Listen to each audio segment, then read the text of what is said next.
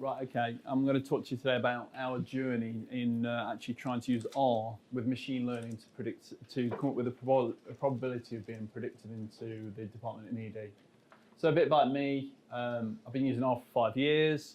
I've got a lot of bad behavior. I'm retraining myself in the tidyverse, so a lot of my code looks ineffective. You guys are learning it straight from the bat, so actually you'll probably be a better programmer than me in about 2 weeks. I work at NUH as a principal analyst, overseeing an activity and access team. It's in the title. We deal with all the activity measures and access-related targets, etc. I've got a website, a bit of shameless self-promotion there. A couple of blogs for NHS-R community, more around data visualization. Nothing to do with what I'm talking about today, but I want to actually get some more about machine learning. And I'm also interested in forecasting like Gary. So the analysis task. So we actually managed to secure some Health Foundation funding. And it's around some research that Glasgow had already undertaken into a simple score to actually predict admission. Yeah, it was quite simple. I wanted to then evolve the score because we tested it initially and it was only about 69% accurate in our in-department when we actually put it into our Medway PAS system. And it's got to be able to be repeated, so it was basically like a kind of PDSA approach, if you know what that means, a plan, do, study, act cycle. Utilization of machine learning principles to train and test the data set in R. And actually I stuck with the original logistic regression model because it's actually something that then I could deploy as a regression equation into systems if I couldn't actually get the buy-in to them to buy me a new server essentially with R on it, so I could deploy some more of the advanced methods like Ben was advocating around neural nets and all that kind of stuff. So choosing the right method, again, we looked at the analysis from Glasgow. We applied it to the front door based on the simple kind of the score that they'd developed. It was premised on the news score and some other in-department metrics like triage category, etc. Again, like Gary, I've got 26 slides to go through, so I will be talking quite quickly. And basically what we're trying to predict is, so it was a supervised machine learning approach. We were trying to predict whether the person gets admitted or not, and then try and assign some relative probabilities and cutoffs. Ben, my consultant friend, said, "You're the geekiest person I know. I've come to this event. I know that's not true. Would you like to work on this and improve the score?" Obviously, collaboration is exactly what we need. My original approach was to use the same algorithm, and then trying to improve it along the way. I'll skip ahead, but yeah, there are methods that we can do that. You can do processes called boosting, bagging, stacking. You machine learning experts in the room will probably know about all this already. I'll not bore you too much. So you said repetition's not fun. So what we did is it was a mission to find those pesky predictor variables, or what another terminology you want to call them, independent variables or whatever. How was R important? The project had 2 phases. The first phase was to test the various combinations of the in-department metrics, patient and news-related metrics as predictor variables. I ended up testing about 55 different permutations of models with just logistic regression. And then we had a second phase premised on, actually, do we trust the Glasgow score? Can we improve that? Can we create our own scoring mechanism? There's a massive line of code that you'll get bored about later on in the slides. I stated in the previous slide, there was a lot of repetition, so that's what basically R was great for repetition. Excel, we had a version of it. We had to code solver up in VBA. It was a pain to then minimize the coefficients, and yeah, a lot of fun. So I'm getting to the R part now. I've kind of tried to include tips along the way, so anything that I found was cool as in packages. So I'll go through that. So I think our colleague over there mentioned the RODBC package. Basically, you can do, and I think some of you RStudio geeks in the room will like this. That's the original RStudio RGB colors. I've nicked them from there. The first step is defining the connection string. So obviously there's lists of connection strings. Please Google that. Apart from Emma can't do that. Sorry, Emma. The next stage is to use the ODBC driver connect. So you actually connect your driver up to your connection. So you then can establish that that connection has been correct. It will give you a message in the console that's nice and helpful. Yes, that's helped. Print my connection. And then basically you can create a variable that you could basically create this as a function that then can be replicated. You could store it in a package, put some documentation together, the bit that I hate actually. The functions are easy to create, the documentation, yeah, I get bored. So the final command, again, just read it into a SQL query, your connection, your SQL command, that can be repeated for any data type that you need. Then it adds it all to a data frame. As you can see, we're working with quite a large data set, 263,807 observations over quite a lot of variables, 136 in department variables. Data cleansing then, so actually how did we clean the data? How do I flag up null values, as I think my colleague said before? So there's Amelia, which is a package that you can load in, and there's actually a visualization called the mismap. So it's the missing map, so what it does is visualizes where your missing values occur. As you can see, is there a pointer on this? As you can see, most of these related to my electronic observations, so a lot of the data prior to that, before we started collecting electronic observations for the news score, we had a lot of missing values. You can then print that out to actually see what proportion of the missing values actually, where they are. You can also use something to, on the data table library called NA-emit if you want to get rid of missing values, or you can use the Amelia fit function to do like imputation, so like those kind of calculations. Feature engineering, it doesn't cover that in depth. There's a lot of things that go into that. But categorical dummy coding, so with categorical variables, they need to be dummy coded, they need to be converted into a numeric representation. The psych package has got a really good kind of set of functions for that. Basically, I was trying to code up the arrival type, so whether they're alert or unconscious at the time that they're actually admitted into the department. Drop the actual reference, so obviously with dummy coding you always have to drop one of the predictor variables. That then goes into your intercept term. Again, for the non-statisticians, I won't bore you too much. And then what I then did is effectively tested each one of the scores separately. But again, I'll get onto that. So psych basically just nicely dummy codes all your variables. It does have a bit of a headache if you've got quite a lot of data. So I was talking about machine learning. Obviously, Ben will know about the machine learning process, but there are ways that you can actually separate and test your data. So the method that I'm going to show you is the basic method. So you have a train and test set. You can have a train, test, and validation set. You can also use something called cross-validation, which is the kind of trendy term at the moment. But essentially, it's all about, it's a process of iteration is what we ended up doing. So you then test it through and evaluate it and then deploy it out, which is the kind of step that we're at now. So then selecting the fields, you can just use your standard Magritte and deployer in the tidyverse to select that into a data frame. Again, all this could be automated as a function. You could have a template. I've actually got some templates prepared, so I'm happy to package them up if someone wants to help with the documentation, because I'm not very good at that part. So now to validate the models. So again, like I've said, this bit you can create a data partition automatically. That comes from the Caret library. You can specify what your split is. You did a 50-50 split. I think we did about 70-30 to get a train and test data together. We then actually iterated it and used cross-validation to see if that actually improved it. It didn't, unfortunately. So in this case, the analysis, it happens to be a binary dependent variant. So I chose logistic regression. That just explains that. I've already been over that part. So yeah, so with Caret then, you load in your data set, and then there's a train function which allows you to train a whole set of machine learning algorithms.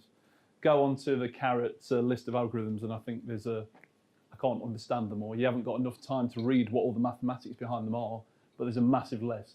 It helps when you come to like an ensemble model testing, etc. But yeah, essentially I specify the method of family, so it's a generalized linear model, and then I set the family to binomial, so binomial regression. This is just an example of one of the outputs. I like the blue and white kind of R environment, but some people don't. But yeah, it kind of shows you all the different types of predictor variables. So you've got some of the news scores in there, so temperature, whether they came in at weekend, time to be seen, whether they returned again in 7 days, 28 days, if they were in severe pain at the time, if they were out of area. Dependent on sex, it gives you, obviously that's a significant variable. Some of these were dropped at the time of the analysis using backward elimination, as in, if they're not significant, get rid. And then all the models were tested with the AIC, which is what Gary, I think, mentioned, to see, obviously, the minimum AIC is the one that we're actually going to select at the time. Predicting against the results. So Caret's got another package called Predict, and you can do quite a lot of predictions with that. That's predicting which class they belong to, whether they're admitted or not. On the new test data, you could do that on your validation data set, etc., to get your prediction errors. Then you can predict train. If you want the probabilities, this bit here I've said response, that's wrong. It's type equals probs, so that just needs updating in the slides. But yeah, that will give you the probabilities of them actually getting admitted over whether they'll get admitted or not based on the supervised labels. So I wanted to be that person, the wizard. I think I was somewhere in between that. So yeah, that's essentially, if it's a model with no predictive power, you just see that line there. Again, using the ROC curve to actually assess if it's accurate or not, and confusion matrices. Evaluating the model, so I've mentioned confusion matrices. Like you say, sorry if I'm talking quick, there's a lot to get through. But confusion matrices are a way to actually highlight true positives, false negatives, that kind of thing, the stuff that Ben's already touched on. Again, with the carrot package, there's a confusion matrix function. So you can then pass the actual trained model to that, and then you can say which out of the test model do you actually want to flag up. So it's the admit flag. So how accurate are we at admitting whether someone's going to be admitted into departments or not? And then just specifying that the positive is equal to 1, because sometimes that's not set, and if you don't set that, you can get the wrong predictions in your confusion matrix using that model. So you're actually talking about the true positives, you're actually talking about the false positives, etc., etc. So yeah, as you can see, that model there that's one of them that I've chosen. We've got it up to about 78% accurate. Again, I want to improve the kappa, so the level of agreement with future data, because that's still only moderate, and I want to get that up to good. Sensitivity about 78%, so actually it is relatively good at predicting whether someone's going to be admitted. Again, if you want a good guide to all these terms here, that one's brilliant. Cuts through the statistical mumbo jumbo. ROC curves, again, I found a package called Model Good, which is actually really great because you can run the regressions straight in the package, and then it gives you the ROC output straight away, as opposed to having to separate the data, put it into a data frame, and then choose the ROC model. That's what your ROC curve ends up looking like. Again, I've told you I've put a lot of content in this, I'm sorry.